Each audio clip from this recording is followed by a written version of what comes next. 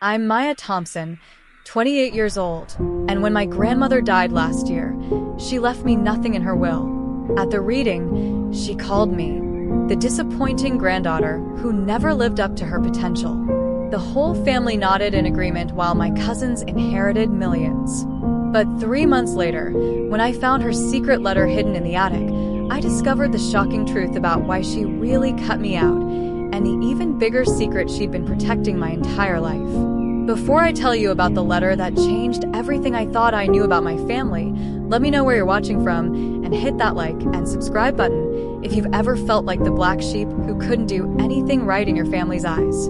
Growing up in the Thompson family meant living under the watchful eye of Rose Thompson, my paternal grandmother and the undisputed matriarch of our wealthy Boston clan. Rose had built Thompson Industries from a small textile business inherited from her husband into a multi-million-dollar manufacturing empire that employed over 2,000 people across New England. From my earliest memories, Grandma Rose was a formidable presence, sharp-eyed, quick-tongued, and absolutely certain about what constituted success and failure in life. She lived in a magnificent Victorian mansion on Beacon Hill that had been in the Thompson family for 4 generations, surrounded by antiques, oil paintings, and the tangible symbols of wealth accumulated over decades of business success. My father, Richard Thompson, was Rose's eldest son and heir apparent to the family business. He had married my mother, Catherine, a schoolteacher from a middle-class family, much to Rose's initial disapproval. "That girl has no understanding of what it means to be a Thompson," Rose had reportedly said when my parents announced their engagement. But my mother's gentle nature and genuine respect for family traditions had eventually won Rose over, at least partially. My childhood was spent navigating the complex expectations of being a Thompson granddaughter. Rose had very specific ideas about how we should behave, what we should study, and what kinds of accomplishments would bring honor to the family name. My cousins James, Victoria, and Alexander seemed to instinctively understand these expectations and excel at meeting them. James, my Uncle Robert's son, was 2 years older than me and possessed the kind of natural business acumen that made Rose beam with pride. By age 16, he was already working part-time at Thompson Industries, learning the manufacturing processes and asking insightful questions about market strategies. "That boy has the Thompson instinct," Rose would say approvingly. "He'll take this company to new heights." Victoria, Uncle Robert's daughter and James's twin sister, channeled her ambition into academic excellence and social leadership. She was valedictorian of her private school class, captain of the debate team, and had already been accepted to Harvard with plans to study economics and eventually join the family business. Rose frequently held Victoria up as an example of how Thompson women could be both accomplished and appropriate. Alexander, my Aunt Margaret's son, was closest to my age but seemed decades ahead in terms of sophistication and direction. Even as a teenager, he displayed the kind of confidence and social grace that opened doors and impressed adults. He played varsity tennis, volunteered with prestigious charities, and spoke 3 languages fluently. Rose saw him as the perfect ambassador for the Thompson family legacy. And then there was me, Maya, the granddaughter who never quite fit the mold Rose had envisioned. While my cousins excelled in business, academics, and social leadership, I was drawn to art, literature, and what Rose dismissively called impractical pursuits. I painted watercolors instead of studying market reports. I read poetry instead of business journals. I volunteered at homeless shelters instead of attending charity galas where the Thompson name would be prominently displayed. Every family gathering became an opportunity for Rose to catalog my failures and compare them to my cousins' successes. "Maya, have you given any thought to your future?" she would ask during Sunday dinners, her tone suggesting she already knew the answer would disappoint her. Victoria has already been accepted to Harvard. James has shown real aptitude for business leadership. Alexander is developing excellent networking skills. What are your plans? I would try to explain my interests in social work or teaching, my passion for helping people who are struggling, my belief that success should be measured by positive impact rather than just financial gain. Rose would listen with barely concealed impatience before redirecting the conversation to my cousin's more conventional achievements. Maya seems to think she can save the world. She would tell visitors with a tone that made my idealism sound like a character flaw. Very sweet, but not very practical. The Thompson family didn't build its success through sentiment and charity work. These conversations were painful, but I learned to endure them because I genuinely loved my grandmother despite her criticism. Rose was sharp, intelligent, and had overcome tremendous challenges to build something lasting and valuable. I respected her accomplishments even when I couldn't meet her expectations for my own life. High school brought new opportunities for disappointment. While my cousins were earning academic honors and leadership positions, I was struggling with classes that felt irrelevant to my interests and goals.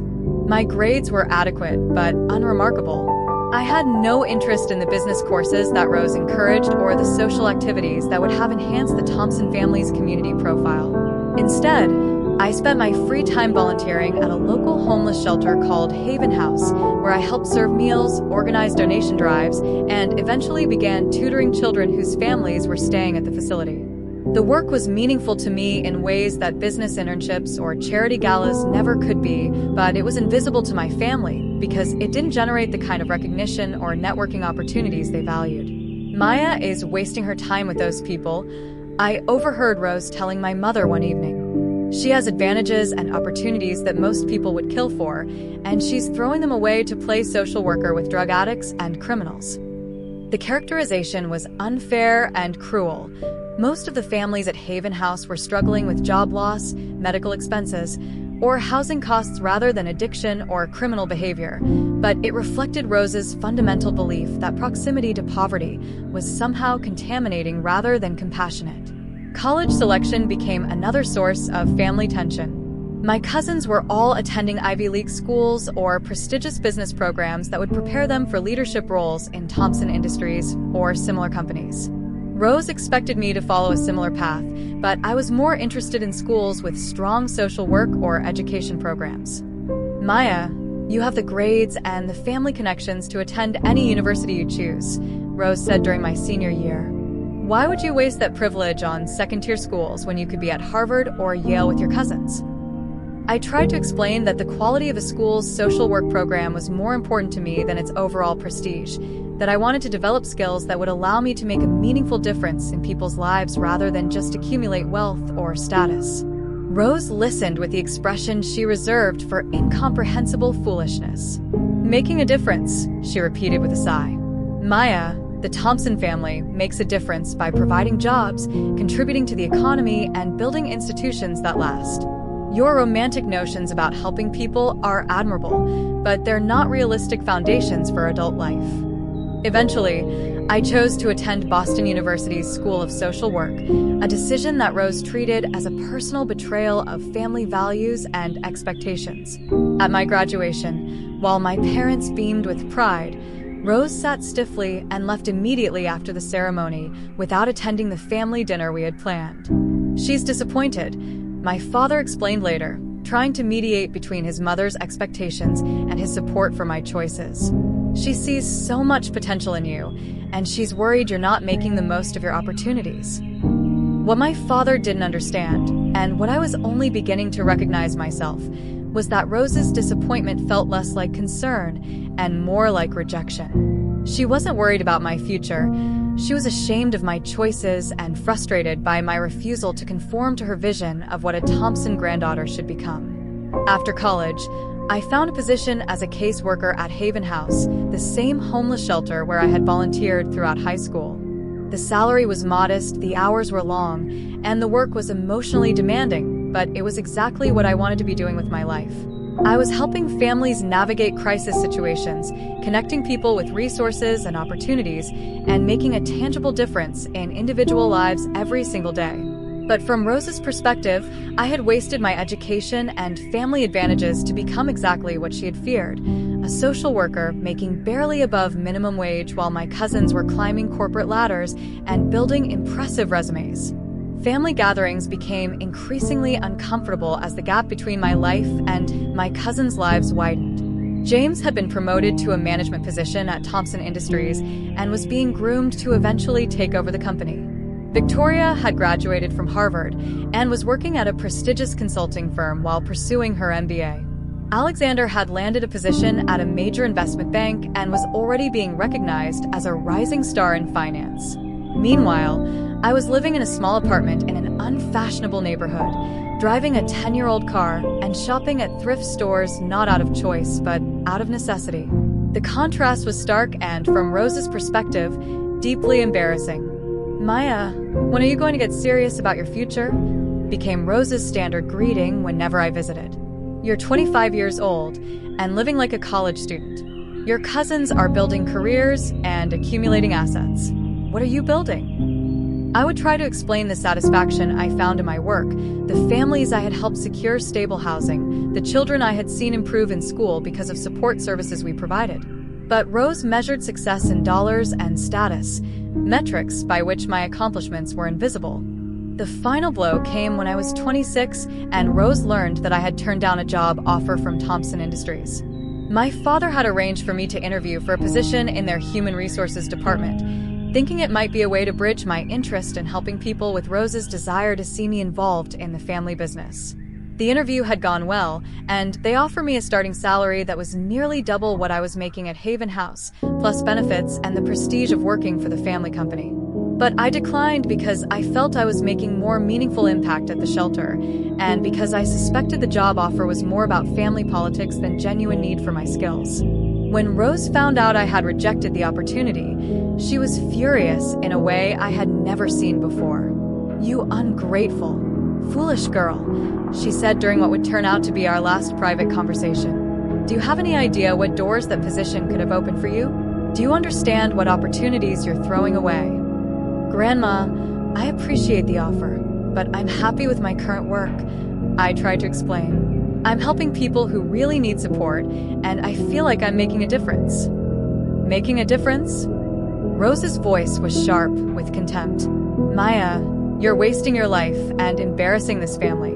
Your cousins are building something substantial while you're playing nursemaid to society's failures. I'm done pretending this is just a phase you'll grow out of." That conversation marked the beginning of the end of our relationship. Rose stopped inviting me to family events, stopped asking about my work, and when I did see her at holidays or birthdays, she treated me with polite indifference rather than the passionate criticism that had characterized our interactions for years. I told myself that her withdrawal was actually a relief. No more lectures about my life choices, no more unfavorable comparisons to my cousins, no more feeling defensive about decisions I was proud of. But the loss of Rose's attention, even negative attention, was more painful than I had expected. The distance between us grew wider when I was 27 and made what Rose considered the ultimate mistake. I got engaged to David Martinez, a fellow social worker I had met at a housing advocacy conference. David was everything I valued in a partner: kind, committed to social justice, passionate about his work with veterans experiencing homelessness, and completely uninterested in wealth or status. He was also everything Rose disapproved of in a potential family member. He came from a working-class background, had student loan debt, drove a 15-year-old Honda, and had no interest in business or finance. When I brought him to a family gathering, Rose was politely courteous, but made no effort to get to know him or welcome him into the family. "Maya is marrying beneath herself," I overheard Rose telling my Aunt Margaret later that evening. "That young man seems pleasant enough, but he has no ambition, no resources, and no understanding of what it means to be connected to a family like ours." The engagement announcement in the local newspaper listed David's position at the Veteran Services Organization and my work at Haven House, alongside the more impressive credentials of my cousin's recent achievements. Rose was reportedly mortified by what she saw as the public documentation of my failure to marry appropriately. Our wedding was small and informal, held at the community center where David and I had first met during a housing rights meeting. My parents attended and seemed genuinely happy for us, but Rose declined the invitation with a brief note saying she was unable to travel due to health concerns. Later, I learned from my aunt that Rose had been perfectly healthy that day, but had told family members she was too disappointed to pretend to celebrate Maya's poor decisions. After the wedding, my contact with Rose became even more limited. She would acknowledge me politely during the few family gatherings I attended, but there was no warmth, no interest in my life, and certainly no acknowledgement that I might have chosen a path that brought me happiness, even if it didn't bring financial success or social status. David and I built a good life together despite its material limitations. We bought a small house in a diverse neighborhood, adopted a rescue dog, and found fulfillment in work that felt meaningful even when it was financially challenging.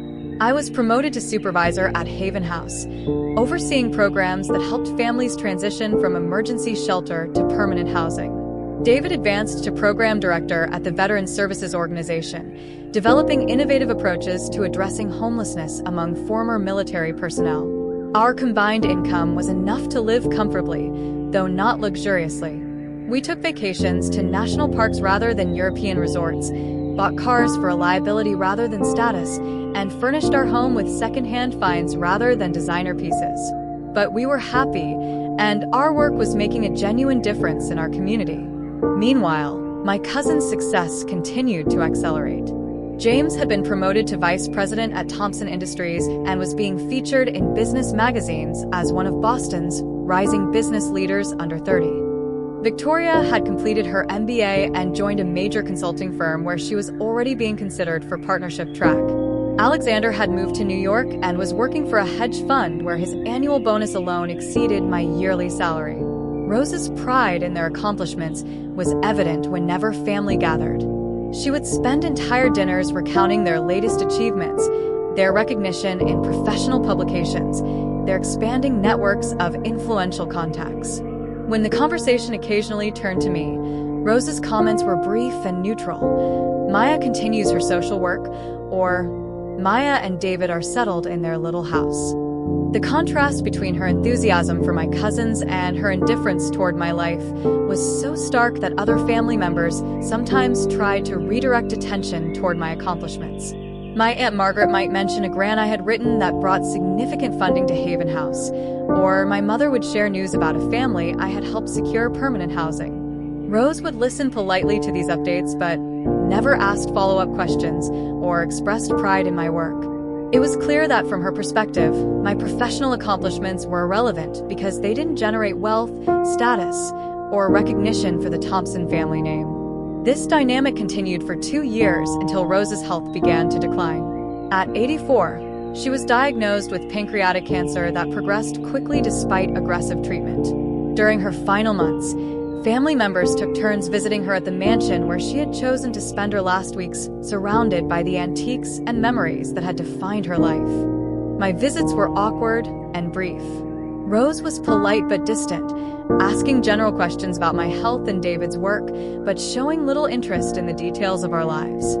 She seemed far more energized when discussing James's latest business initiatives or Victoria's consulting projects, and our conversations often felt like obligations fulfilled rather than meaningful connections. 3 weeks before Rose died, during what would be our final private conversation, she looked at me with the sharp intelligence that had always characterized her, even as her body was failing. "Maya," she said, her voice weaker than I had ever heard it, but still carrying authority, "I want you to understand something. I know you think I've been disappointed in you, and you're right, but not for the reasons you imagine." I leaned forward, hoping that maybe, finally, we might find some understanding in her last days. "I'm disappointed because you had every advantage, every opportunity, every resource you could possibly need to build something substantial with your life. Instead, you chose to waste those advantages on people who will never appreciate them and work that will never matter to anyone beyond the few individuals you help." Her words stung because they reflected such a fundamental misunderstanding of what I valued and why I had made the choices I had made. But I was determined not to argue with my dying grandmother, so I simply nodded and said, "I understand that you see it that way. Maya, you're intelligent and capable, but you lack the vision to see beyond your immediate surroundings. Your cousins understand that success requires thinking bigger, building something that lasts, creating impact at scale rather than getting lost in individual cases that don't matter in the larger picture." She closed her eyes, seemingly exhausted by the effort of explaining her perspective one final time. "I hope someday you'll understand what you've thrown away.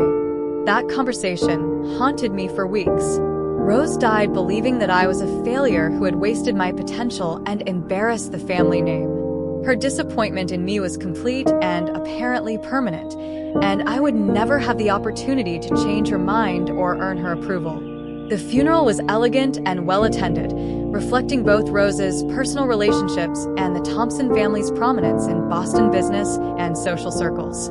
Multiple speakers praised her vision, her leadership, and her contributions to the community through both business success and philanthropic giving. During the service, I found myself thinking about all the conversations we had never had, all the ways I had failed to communicate why my work mattered to me, all the opportunities for understanding that had been lost because we measured success so differently.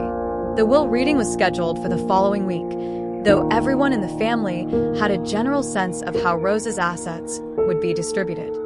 She had been transparent about her intentions to leave Thompson Industries to James, with significant bequests to Victoria and Alexander that would allow them to pursue their own business ventures or investments. What shocked everyone was the specific language Rose had used to explain her decisions and the pointed exclusion of me from any meaningful inheritance. James inherited controlling interest in Thompson Industries, valued at approximately $30 million, along with Rose's mansion and most of her personal property. Victoria received $8 million in liquid assets and investment accounts. Alexander inherited Rose's vacation properties and $5 million in various securities. My parents received a modest bequest that acknowledged their care for Rose during her final years, and several other family members were given personal items or small financial gifts that honored their relationships with her. For me, Rose had left a single item, her collection of china, which she noted was appropriate for someone who works with serving others, as Maya seems determined to do regardless of her family's expectations. The lawyer, Mr. Harrison, read the accompanying statement Rose had written to explain her distribution decisions.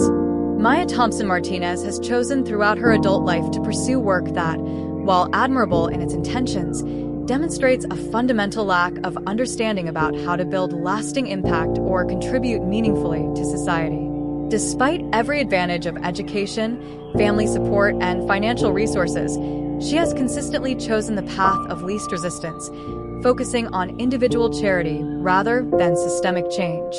Her work at homeless shelters and social service organizations, while kind-hearted, represents a waste of her potential and an embarrassment to the Thompson family legacy. Rather than building institutions or creating jobs or contributing to economic growth, Maya has chosen to enable dependency and perpetuate the very problems she claims to want to solve. Therefore, I leave Maya only items that are suited to her chosen path of service to others, in the hope that someday she will understand what she could have accomplished if she had possessed the vision and ambition that characterized successful members of the Thompson family. The reading of that statement, in front of my parents, my cousins, and extended family members, was one of the most humiliating experiences of my life.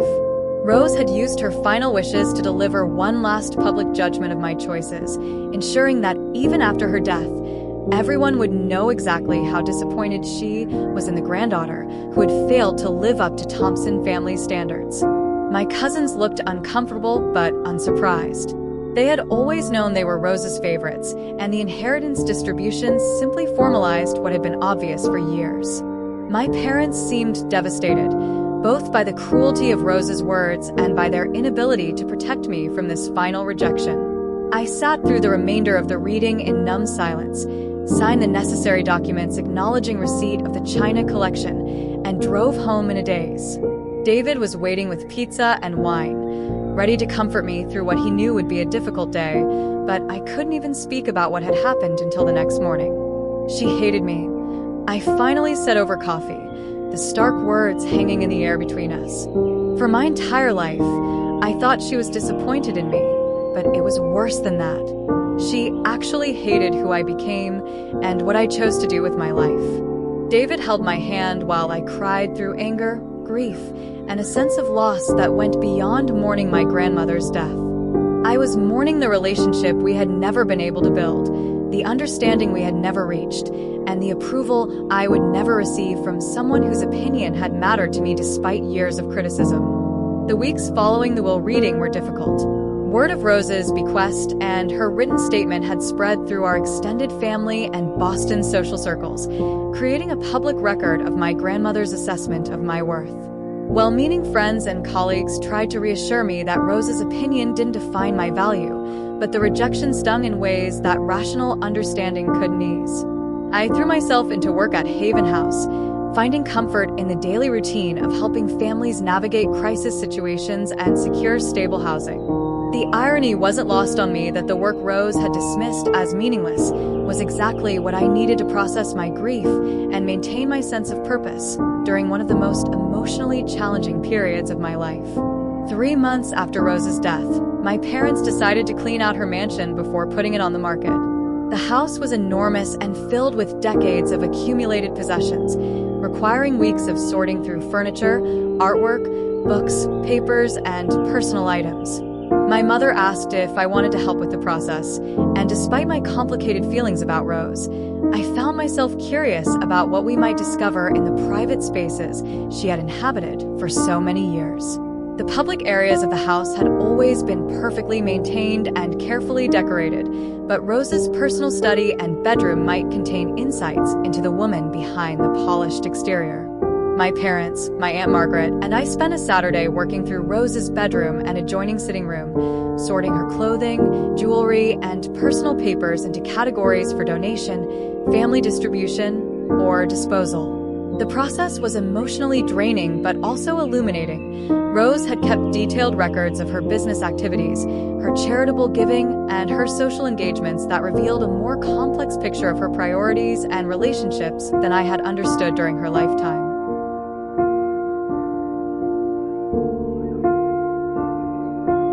In her desk, we found files containing newspaper clippings about each of her grandchildren's accomplishments, including articles about my promotion to supervisor at Haven House and a grant application I had written that brought significant funding to our housing program. I was surprised to discover that Rose had been tracking my professional activities more closely than she had ever acknowledged.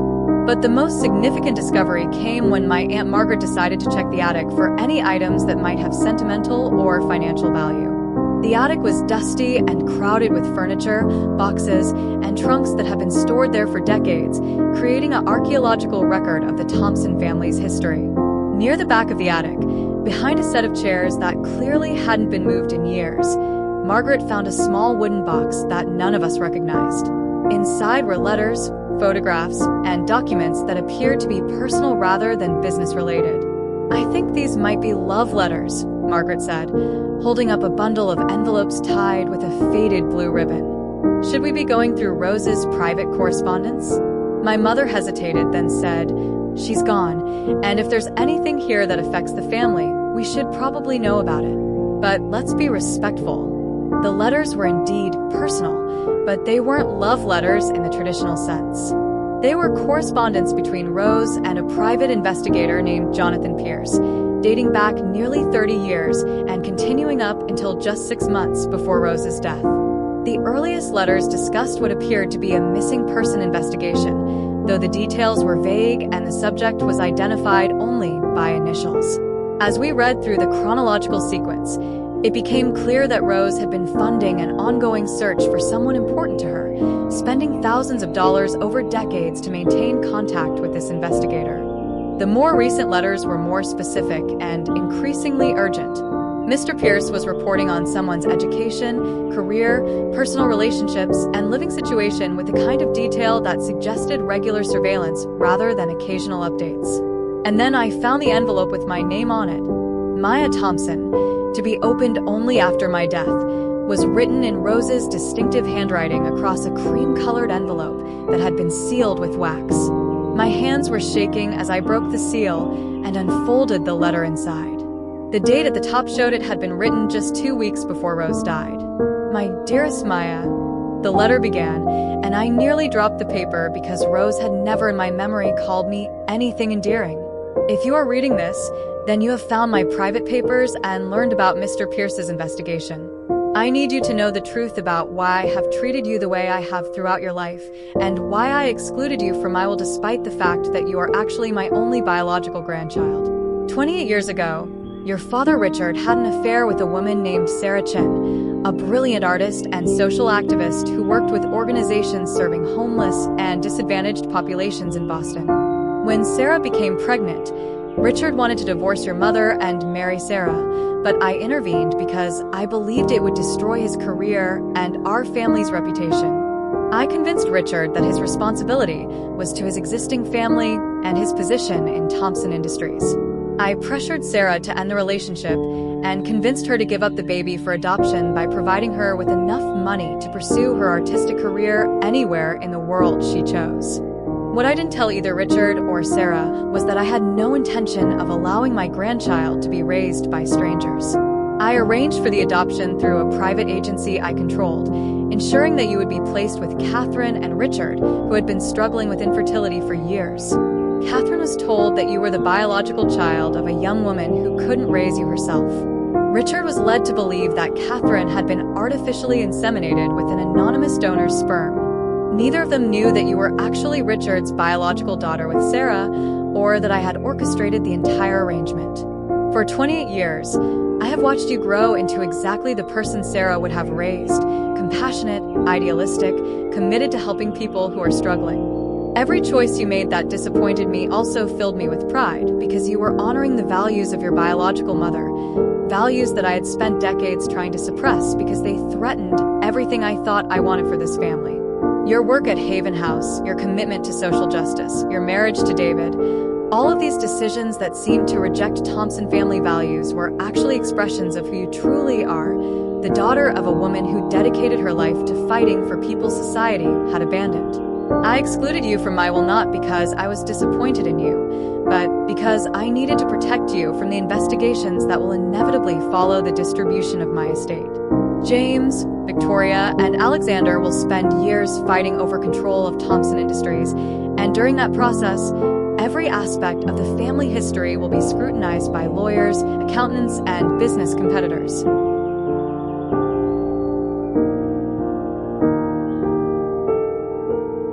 If you had inherited significant assets, those investigations would eventually uncover the truth about your parentage, and I couldn't risk destroying the family that has loved and raised you for your entire life. Catherine and Richard are your real parents in every way that matters, and they deserve to live out their lives without having their marriage destroyed by revelations about events that happened nearly 3 decades ago.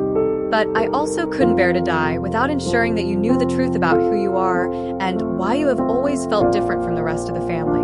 You are different, Maya. You carry the genes and the spirit of a woman who fought for justice and believed that helping individual people was the most important work anyone could do. I have arranged for you to receive this information along with something else that belongs to you by right. Mr. Pierce has been maintaining a trust fund in your name, funded by my regular payments over the past 28 years and invested according to strategies that have generated substantial growth. The account currently contains approximately $12 million, which represents both my guilt about separating you from your biological mother and my pride in the woman you have become despite my attempts to make you into someone you were never meant to be. Use this money however you choose, but please know that you have already accomplished what I spent my entire life trying to achieve. You have built something meaningful that makes the world better for the people who need help the most. I am sorry for every cruel word, every comparison to your cousins, every attempt to make you feel ashamed of choices that actually honor the best parts of who you are. You were never the disappointing granddaughter. You were the granddaughter I was too proud and too frightened to acknowledge and celebrate. Your biological mother, Sarah, lives in Portland, Oregon, where she has spent the past 28 years creating art and working with homeless advocacy organizations. If you choose to contact her, Mr. Pierce can provide you with current information. But please remember that Catherine will always be your mother in the ways that matter most, and any relationship with Sarah should honor rather than replace the family that has loved you unconditionally. I love you, Maya, and I am proud of you in ways I was never brave enough to express while I was alive.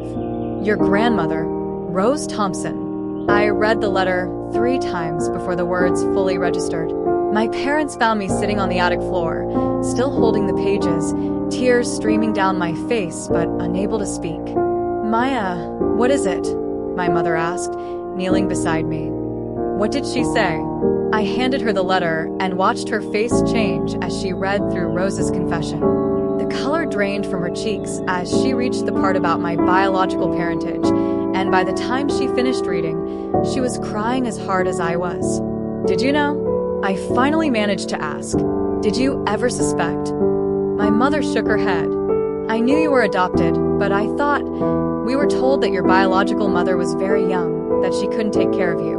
We never knew who she was or that she had any connection to our family. My father appeared in the attic doorway just as my mother was explaining what the letter revealed. When she showed him Rose's confession, his reaction was even more dramatic than ours had been. Sarah Chun, he whispered, sinking onto a dusty trunk.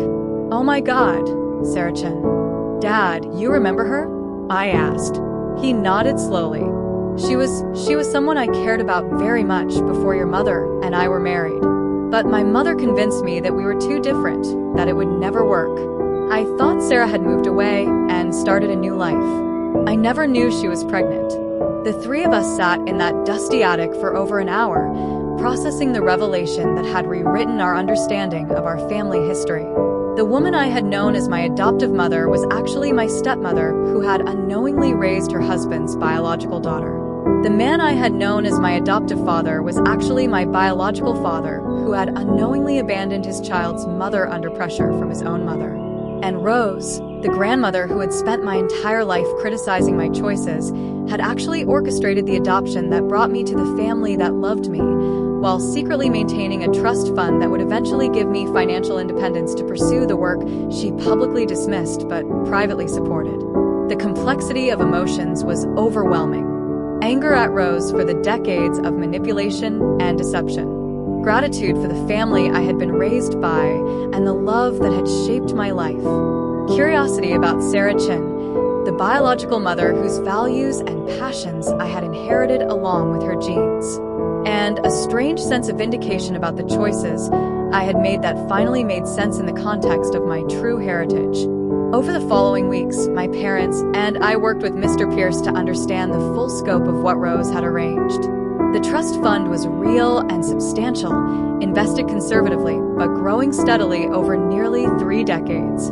The money was legally mine, with no restrictions on how it could be used. More importantly, Mr. Pierce provided current information about Sarah Chin, who had indeed spent the past 28 years in Portland creating art that addressed social justice themes and working with organizations that served homeless and at-risk populations. Her life's work was remarkably similar to mine, focused on individual advocacy and systemic change through direct service rather than policy or political action. Sarah had never married and had no other children. According to Mr. Pierce's reports, she had spent years wondering about the daughter she had given up, but Rose's financial settlement had included an agreement that she would not attempt to locate or contact me unless I initiated contact first. The decision of whether to reach out to Sarah was one of the most difficult I had ever faced. I loved my parents and didn't want to do anything that might hurt them or suggest that they hadn't been enough for me. But I also felt a deep curiosity about the woman who had shaped my values and passions through genetics and spirit rather than environment and upbringing. After extensive conversations with my parents and David, and with their complete support, I decided to write Sarah a letter explaining who I was and expressing interest in getting to know her if she was open to that relationship. Her response came within a week, and it was one of the most emotional letters I had ever received. Maya, I have thought about you every single day for 28 years. I have wondered what kind of person you were becoming, whether you were happy, whether you felt loved, whether you inherited any of the traits that might connect you to me. Learning that you have dedicated your life to helping people who are struggling fills my heart in ways I can't adequately express.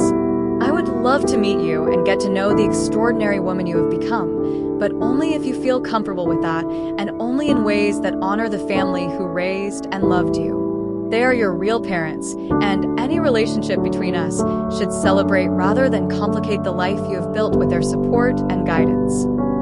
6 months after finding Rose's letter, I traveled to Portland to meet Sarah Chin for the first time. The meeting was emotional and wonderful and complicated in exactly the ways I had expected. Sarah was warm, intelligent, passionate about her work, and unmistakably connected to me through shared values and interests that had shaped both our lives. But she was also a stranger who had missed my entire childhood and adolescence, and I was an adult with my own established family relationships and life path. We approached building a relationship with careful respect for boundaries and realistic expectations about what we could create together. The most surprising aspect of meeting Sarah was discovering how much Rose had actually understood about my true nature. Every choice I had made that disappointed Rose, my work with homeless populations, my commitment to individual advocacy, my marriage to someone who shared my values rather than my social status, aligned perfectly with Sarah's life decisions and priorities. Rose had spent my entire life trying to mold me into a Thompson, knowing that I was actually a Chun in every way that mattered. Her criticism and disappointment weren't really about my failures. They were about her own inability to accept that genetics and authenticity were stronger forces than family expectations and social pressure. The financial inheritance that Rose had secretly maintained for me created opportunities one had never imagined possible. $12 million was more money than I could spend in several lifetimes, but it was also the foundation for impact at a scale I had only dreamed about. After extensive consultation with financial advisors, legal experts, and my family, I decided to use the majority of the inheritance to establish the Sarah Chin Foundation for Housing Justice, a nonprofit organization focused on developing innovative approaches to addressing homelessness and housing insecurity.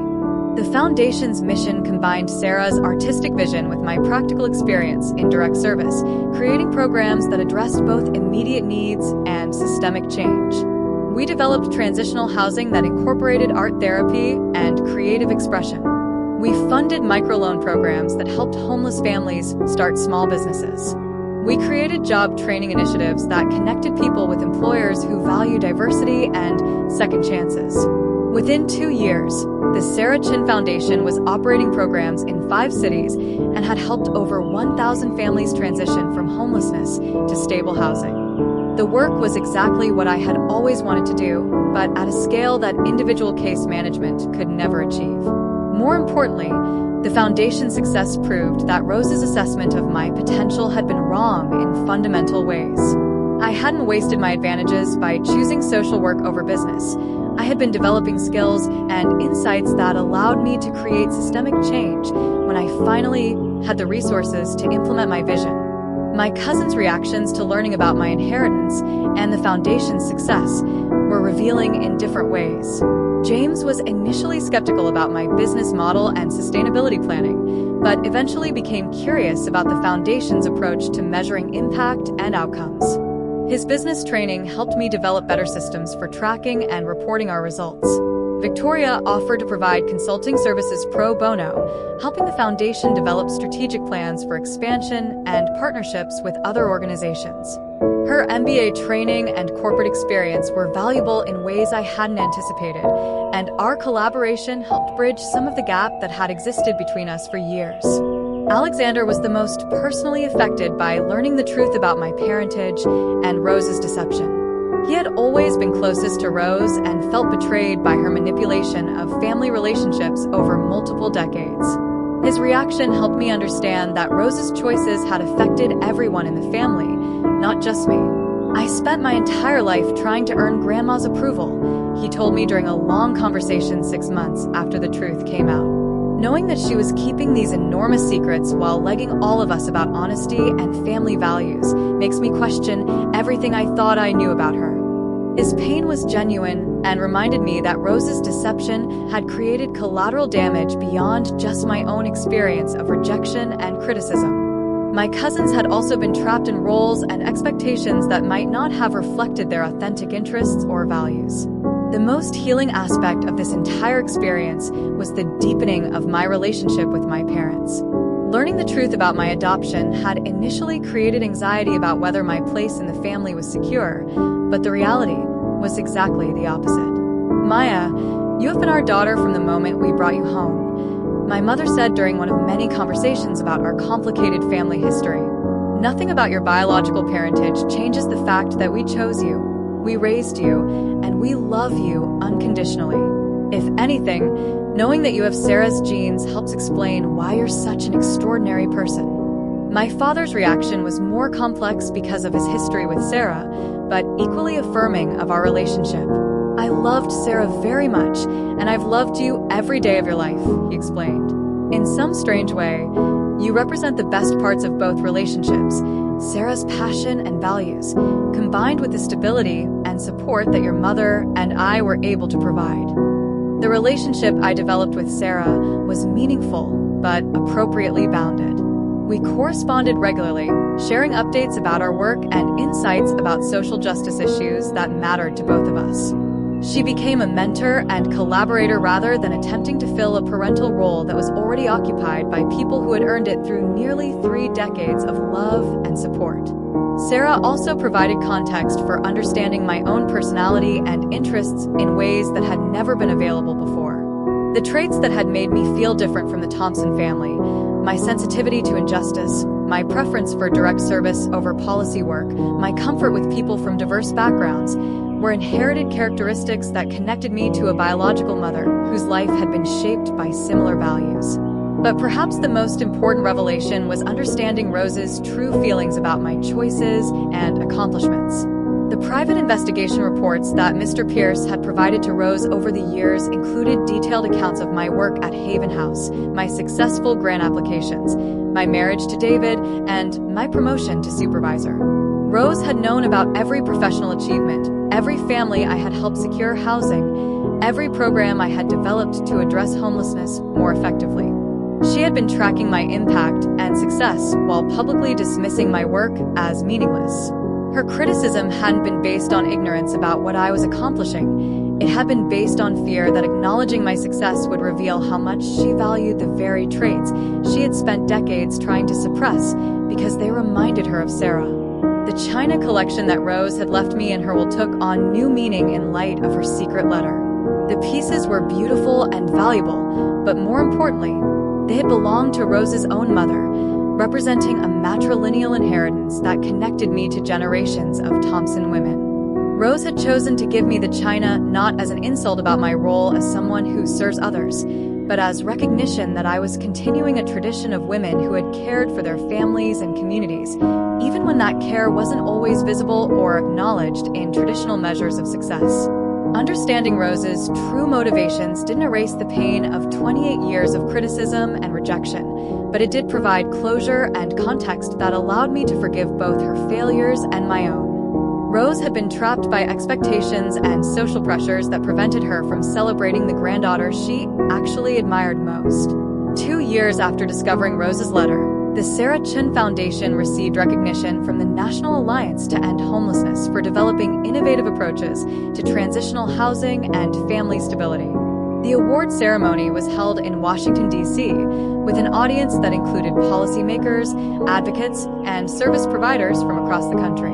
Standing at the podium to accept the award, I thought about how different this moment was from the Will reading where Rose had publicly declared me a failure and disappointment. I had built exactly the kind of meaningful impact she claimed I could never achieve, using resources she had secretly provided while publicly dismissing my potential. In my acceptance speech, I talked about the importance of measuring success by the lives changed rather than the wealth accumulated, about the power of individual advocacy to create systemic change, and about the courage required to pursue work that matters even when it's not immediately recognized or rewarded. Some of the most important work in our society is done by people who will never be featured in business magazines or celebrated at charity galas, I said, looking out at an audience of people who had dedicated their careers to serving vulnerable populations. But the impact of that work, the families housed, the children educated, the communities strengthened, creates value that can't be measured in traditional financial terms. After the ceremony, I called my parents to share the news about the award. Their pride and excitement were immediate and unqualified, exactly the kind of celebration I had always craved from Rose, but had found instead in the family that had actually raised and supported me. "Maya, we are so proud of you," my mother said, her voice filled with emotion. "Grandma Rose would be proud too, if she were here to see what you've accomplished, and maybe she would have been. Maybe, in her final years, Rose had begun to understand that the granddaughter she thought was disappointing the family was actually honoring its best values in ways she had been too frightened or proud to acknowledge.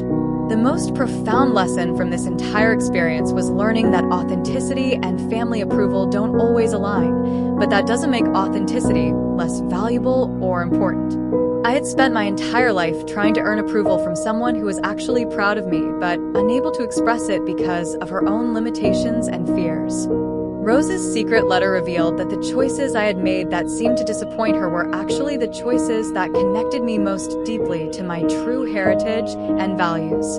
The work I had felt defensive about was work that honored both my biological mother's legacy and my adoptive family's values of service and compassion. Today, the Sarah Chin Foundation operates programs in 12 cities and has helped over 5,000 families achieve housing stability. Sarah serves on our board of directors, providing artistic vision and advocacy expertise that enhances our impact. My parents are actively involved in fundraising and volunteer coordination, using their social connections to support work they genuinely believe in. David and I have been able to purchase a larger home where we host foundation events and provide temporary housing for families in transition. The financial security that Rose's inheritance provided has allowed us to focus entirely on work that matters to us without worrying about our own economic stability. But the most valuable inheritance wasn't the money. It was the truth about who I am and why my choices had always felt right to me even when they disappointed others. Understanding my connection to Sarah helped me stop apologizing for values and priorities that are fundamental to who I am. I learned that sometimes the people who criticize us most harshly are actually protecting us from dangers we don't understand, or struggling with their own inability to express approval for traits they secretly admire. Rose's rejection was painful but ultimately temporary. Her true feelings, revealed only after her death, provided the validation I had been seeking throughout my entire life. If you've ever felt like the black sheep in your family, like your choices disappointed people whose approval you craved, remember that authenticity is more valuable than acceptance. The work that feels meaningful to you, the values that guide your decisions, the relationships that bring you joy, these are the measures of a life well lived, regardless of whether others understand or celebrate your choices. And sometimes, the people who seem most disappointed in you are actually the ones who understand your potential better than anyone else. They may not be able to express their pride or support while they're alive, but that doesn't mean their love and approval don't exist. Have you ever discovered that your family's criticism was actually protection, or that someone's disappointment masked deeper feelings they couldn't express? Share your story in the comments below, and if this resonated with you, hit that like button and subscribe for more stories about finding truth and healing in unexpected places. Thank you for listening to my journey, and remember, your authentic self is always worth more than anyone else's approval, even when it takes years to understand why that's true.